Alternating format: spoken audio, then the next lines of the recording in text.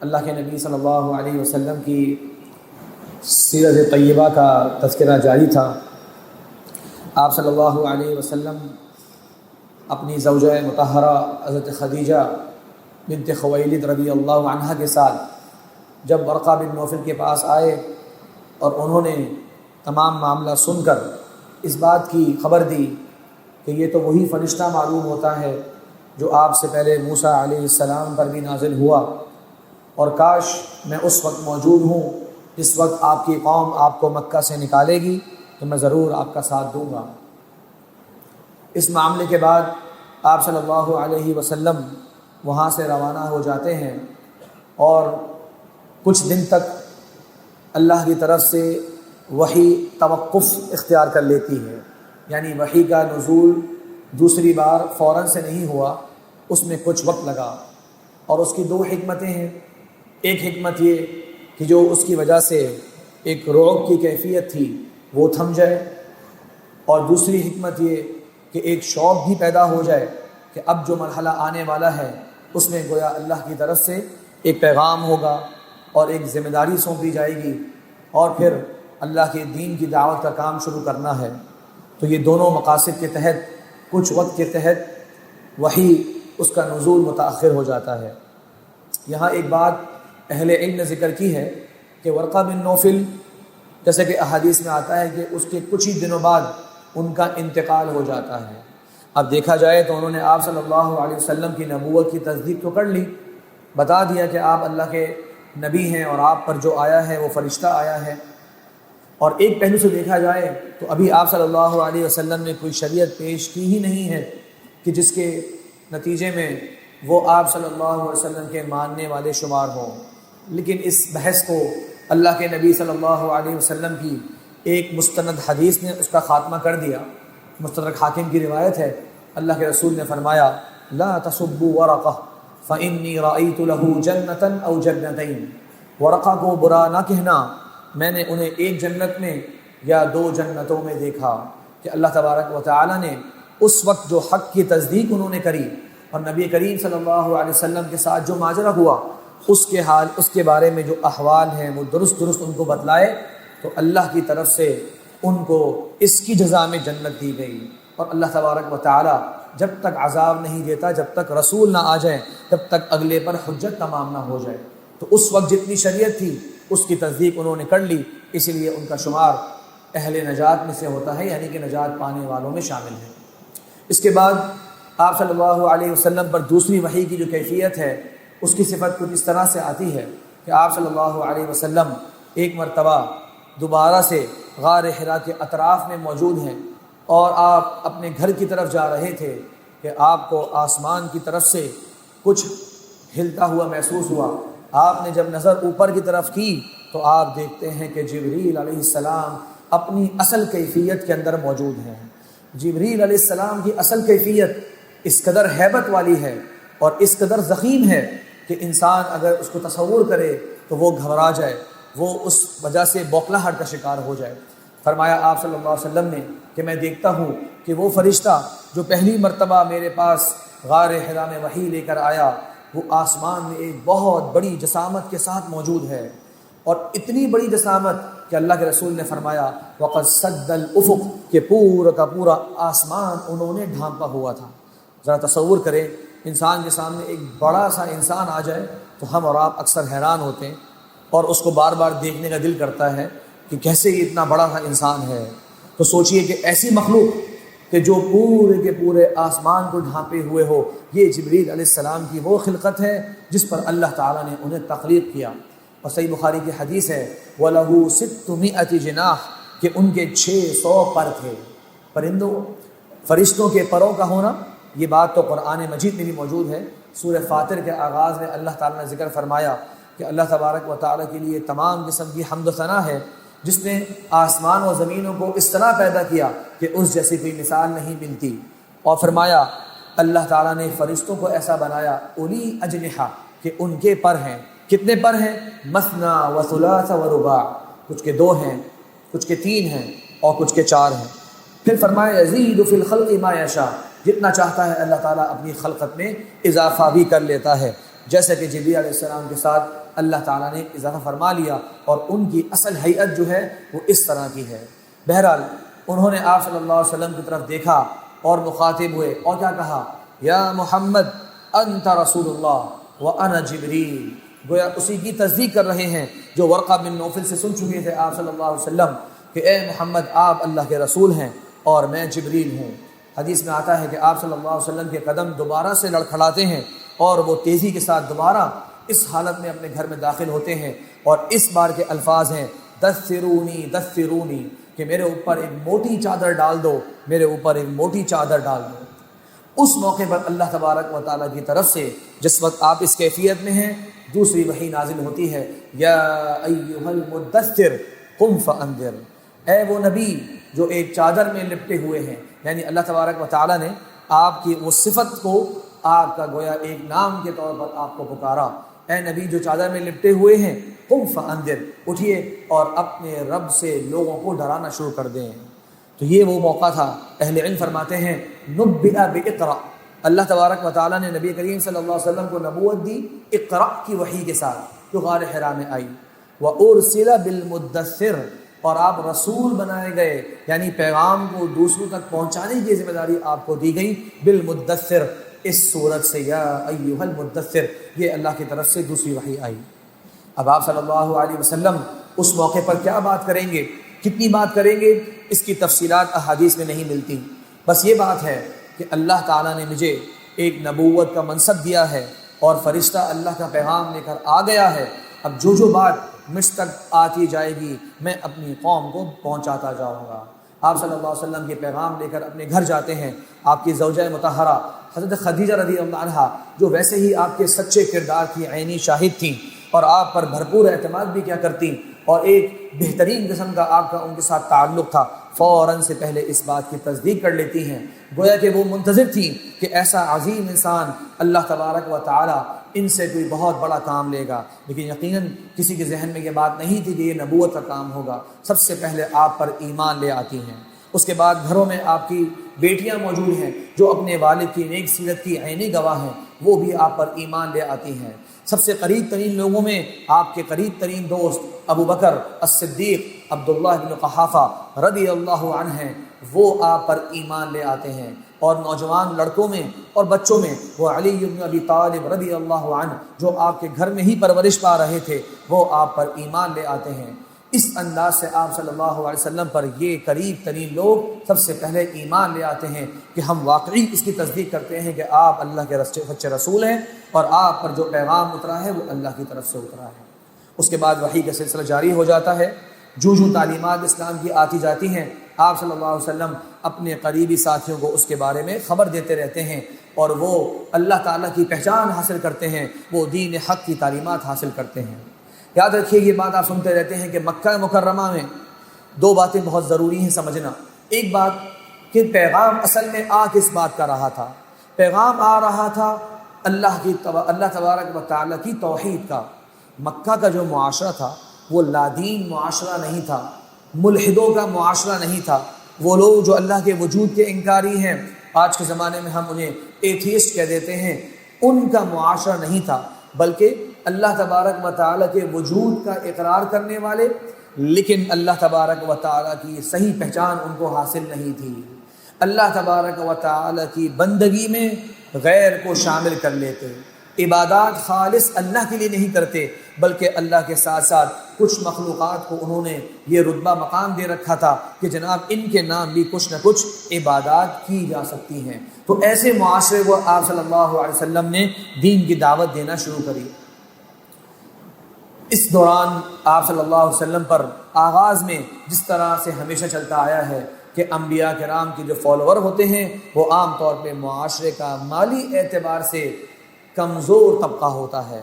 اکثر حضرات جو اہل ثروت ہیں وہ اپنے آپ کو دنیا کے ایک خاص مقام پر دیکھتے ہوئے بعض مرتبہ دین اور دینداری سے بھی اپنے آپ کو بلند سمجھنا شروع کر دیتے ہیں۔ اس لیے انبیاء کرام کے سب سے پہلے ماننے والے اور ان کے مشن کو سب سے پہلے اپنانے والے وہ معاشرے کا کمزور اور نسبتاً غریب طبقہ ہوا کرتا ہے۔ آپ صلی اللہ علیہ وسلم پر یہ ایمان لے کر آتے ہیں۔ آپ صلی اللہ علیہ وسلم اپنے ایک ساتھی جن کا نام ہے ارقم بن ابی الارقم، ارقم بن ابی الارقم رضی اللہ عنہ، یہ بھی شروع میں اسلام لے کر آنے والوں میں سے ہیں۔ یہ اپنے گھر کو وقف کر دیتے ہیں اسلام کی پہلی تعلیم گاہ کے لیے۔ ذرا سوچئے، ابھی اسلام کا پیغام اللہ تعالیٰ نے کھل کر اس کا اظہار کرنے کا حکم نہیں دیا، اس میں بھی حکمت ہے، اور وہ کیا کہ ابھی جب اتنا بڑا اعلان کریں گے کہ یہ جو تم مکہ والے دین اپنائے بیٹھے ہو، جس میں حاجیوں کی خدمت بھی شامل ہے، جس میں لوگوں کو پانی پلانا کھانا کھلانا بھی شامل ہے، یہ وہ دین نہیں ہے جس پر تمہاری قیامت کے دن نجات ہو جائے گا۔ اصل دین تو وہ ہے جسے تم ابھی جانتے بھی نہیں۔ اب اس قسم کی جب بات کی جائے گی مکہ والوں کے سامنے، وہاں کے بڑے لوگوں کے سامنے، تو کیا نتیجہ ہوگا؟ یقیناً وہ اس کا بہت سخت مزاحمت کریں گے، وہ اس کے مقابلے میں ایسی بات کرنے والوں کو سخت ترین عذاب دیں گے۔ ان کے پاس طاقت ہے، ان کے پاس مکہ کی ساری اتھارٹی ہے، جس طرح کا فیصلہ چاہیں وہ ان لوگوں کے بارے میں کریں گے۔ تو دین اسلام چاہتا ہے کہ اپنے ماننے والے پہلے ان کی تربیت ہو جائے، پہلے ان کی بنیاد بڑی مضبوط ہو جائے، پہلے ان کا ایمان اتنا ہو جائے کہ پھر 2 4 5 قسم کی آزمائشوں میں ان کے قدم نہ لڑکھڑائیں، بلکہ وہ دین حق پر ثابت قدم رہیں۔ اس وجہ سے ابھی حکم نہیں آیا کہ آپ برملا دین کا اظہار کریں، ایک ایک فرد سے ملاقات کریں، اس کو اسلام کے پیغام اس تک پہنچائیں، اس کا دل اسلام کی طرف مائل کرنے کی کوشش کریں۔ اسلام لے آتا ہے الحمدللہ، نہیں بھی لے کر آتا اس موقع پر کوئی بہت بڑی بات نہیں کرنی۔ اس انداز سے دین حق کی دعوت دیا جانا کا مرحلہ شروع ہوتا ہے۔ جن صحابہ کرام نے شروع میں اسلام قبول کیا، ان کا مقام مرتبہ معمولی نہیں، ان کی اسلام کے اندر مقام بہت اونچا ہے۔ اللہ تعالیٰ نے قرآن میں فرمایا لا یستوی منکم من انفق من قبل الفتح وقاتل، وہ لوگ ہرگز برابر نہیں ہو سکتے جنہوں نے فتح مکہ سے پہلے اسلام کے لیے مال خرچ کیا اور اسلام کے لیے قتال کیا۔ اولئک اعظم درجۃ من الذین انفقوا من بعد وقاتلوا، ان کا بہت اونچا درجہ ہے ان کے مقابلے میں جنہوں نے بعد میں مال خرچ کیا اور قتال کیا، لیکن اللہ نے ان سب سے بھلائی اور نیکی اور جنت کا وعدہ کیا ہے۔ لیکن سمجھنے کی بات یہ ہے کہ یہ اس وقت اسلام لے کر آئے جس وقت اسلام انتہائی اجنبی تھا، اور جس وقت اسلام قبول کرنے کا مطلب یہ ہوا کرتا کہ بہت بڑی آزمائش کے لیے تیار ہو جاؤ، خاندان کا بائیکاٹ لکھنا پڑے گا، کاروبار کا بائیکاٹ لکھنا پڑے گا، بہت سے حالات کے اندر اولاد گھر والے وہ چھوڑ کر چلے گئے۔ سوچئے اتنی بڑی قیمت، توحید کا اقرار کرا، سارا کا سارا دنیا کا جو مال و متاع تھا وہ سب کا سب چھین لیا گیا، تو بہت بڑی بات ہوتی۔ اسی لیے پہلے 3 سال آپ صلی اللہ علیہ وسلم کی جو دعوت ہے اسے کہتے ہیں سری دعوت کے 3 سال، یعنی خاموش دعوت، یعنی کہ اکیلے اکیلے آپ صلی اللہ علیہ وسلم دعوت دیا کرتے۔ لیکن اس کے نتیجے میں جو لوگ اسلام کو ملے ان کے نام اور ان کے کردار بڑے عظیم کردار ہیں۔ کون کون سے مشہور نام ہیں؟ حضرت عثمان بن عفان رضی اللہ عنہ، ابوبکر صدیق رضی اللہ عنہ کہنے پر اسلام قبول کرتے ہیں۔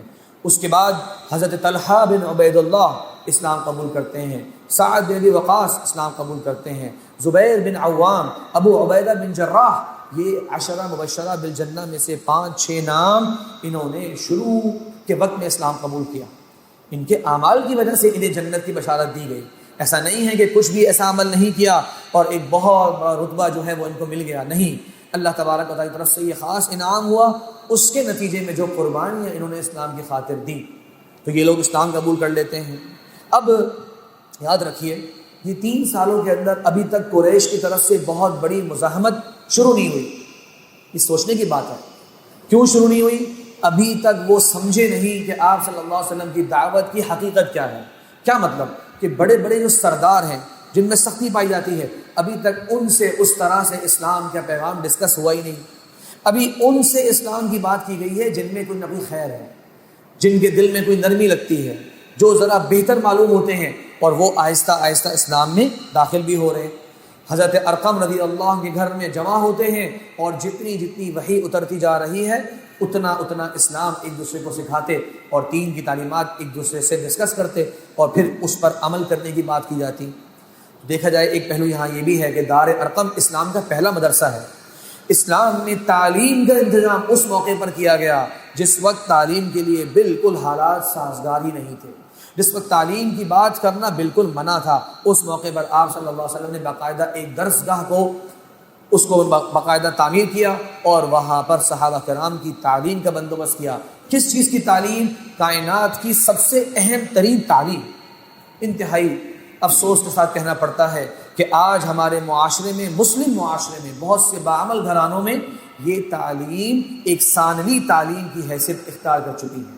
آپ دنیاوی تعلیم نہ پڑھیں، معاشرہ کہے گا یہ انسان پڑھا لکھا انسان نہیں ہے، یہ ان پڑھ انسان ہے، اسے دنیا کی خبر ہی نہیں ہے، یہ انگوٹھا چھاپ ہے، وغیرہ وغیرہ مختلف نام دے لیں گے۔ آپ کو دین اسلام کے بارے میں تعلیم نہ ہو، آپ کو اسلام کے فرائض کا پتہ نہ ہو، اسلام نے کن چیزوں سے منع کیا ہے وہ پتہ نہ ہو، کوئی مسئلے کی بات ہی نہیں۔ معاشرے نے اس کے لیے کوئی لفظ بھی نہیں سنا ہوا، کوئی اس کو معیوب نہیں سمجھتا۔ ہماری اولاد اگر دنیاوی تعلیم میں پیچھے رہ جائے ہمیں بہت برا لگتا ہے۔ دین کیا ہے؟ وہ جملے کے خطبے میں تھوڑی بہت باتیں سن لی اور بچپن سے کچھ نہ کچھ کان میں پڑتا رہتا ہے، بس اتنا ہی کافی ہے۔ آپ صلی اللہ علیہ وسلم نے صحابہ کرام ذرا سوچئے کہ اس دین کی خاطر اس قدر چھپ چھپ کر، اس قدر جان کی بازی لگا کر اہتمام کر رہے ہیں۔ یہ وہ تعلیم ہے جس کے بارے میں قیامت کے دن سوال ہونا ہے۔ یہ وہ تعلیم ہے جس کو صحیح انداز سے حاصل کرنے کے نتیجے میں قیامت کی کامیابی کا امکان ہے، اور جس میں کمی کوتاہی کے نتیجے میں قیامت کی ناکامی کا امکان ہے۔ تو ہمیں سوچنا چاہیے کہ ہماری ترجیحات میں دین اسلام کی تعلیمات شامل ہوں، اور دین اسلام کی تمام شعبوں کی تعلیمات ہوں۔ اس میں عقائد بھی ہیں، عبادات بھی ہیں، معاملات بھی ہیں، اخلاقیات بھی ہیں، مورل ویلیوز جسے آپ کہتے ہیں وہ بھی اسی تعلیم کا حصہ ہیں۔ خالی اشارہ کے بعد آگے بڑھاتا ہوں۔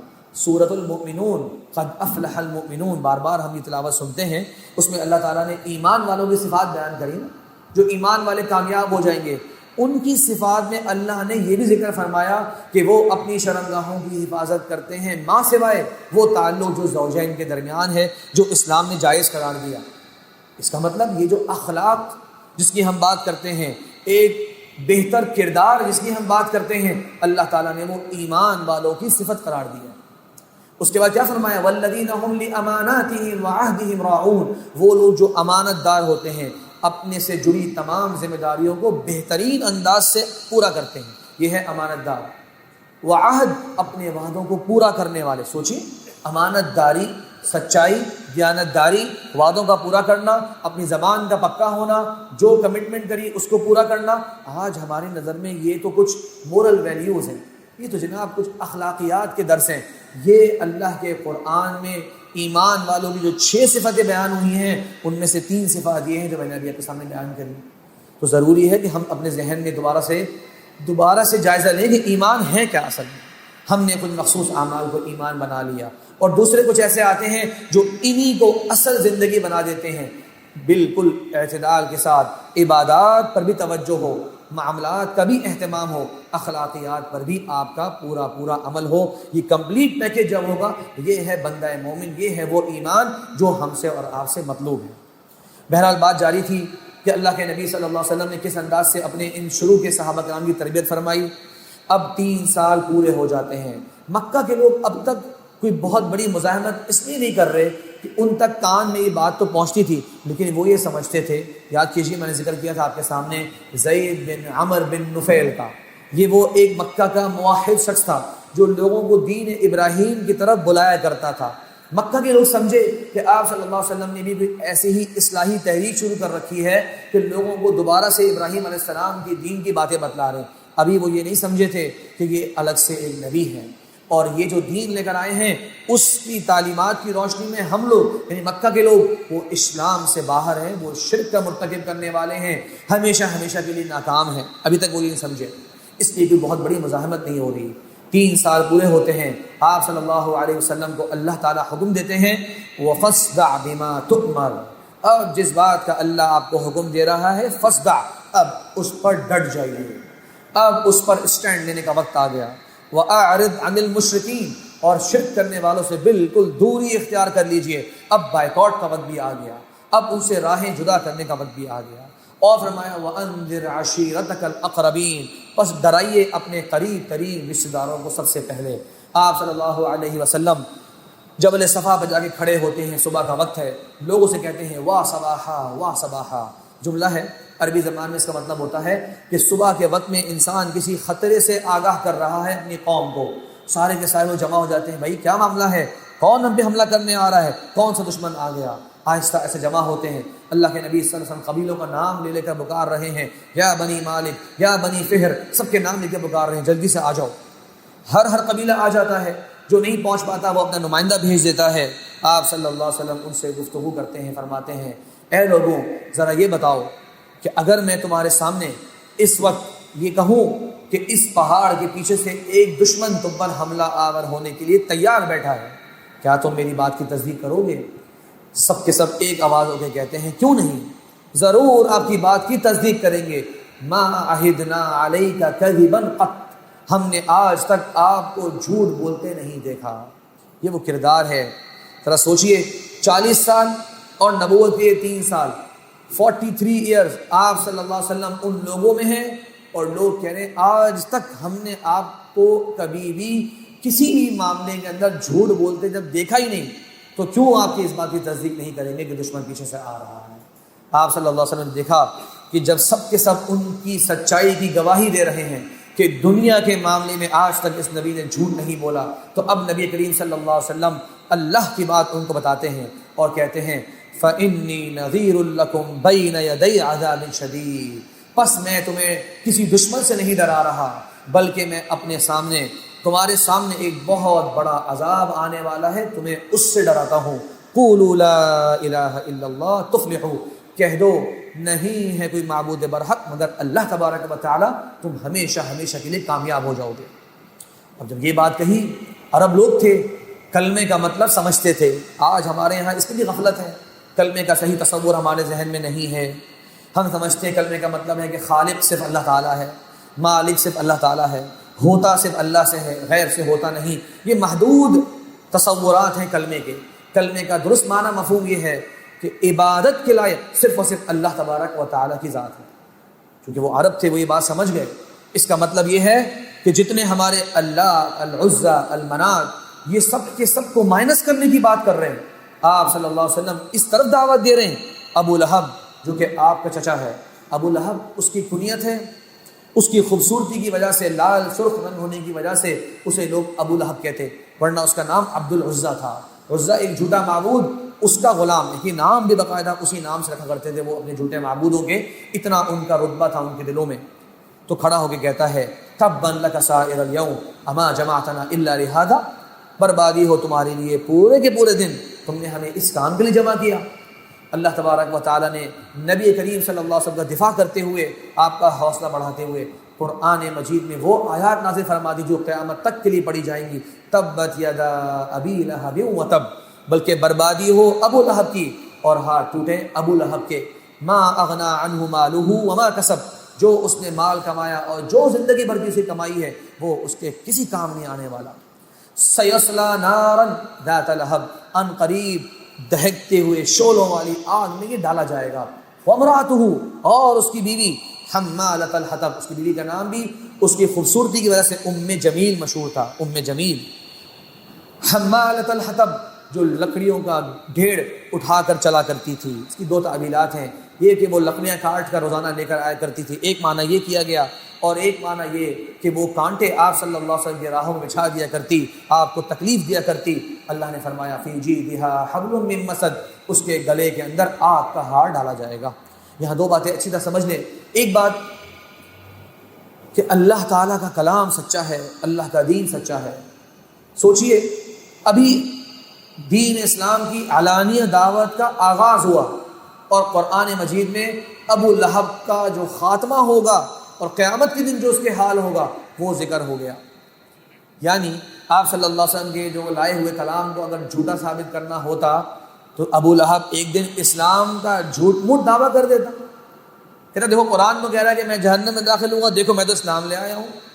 اس کی بیوی کا مثلا دعویٰ کر دیتی کہ میں اسلام کا دعویٰ کر دیتی ہوں تاکہ محمد کا کلام جھوٹا ثابت ہو جائے.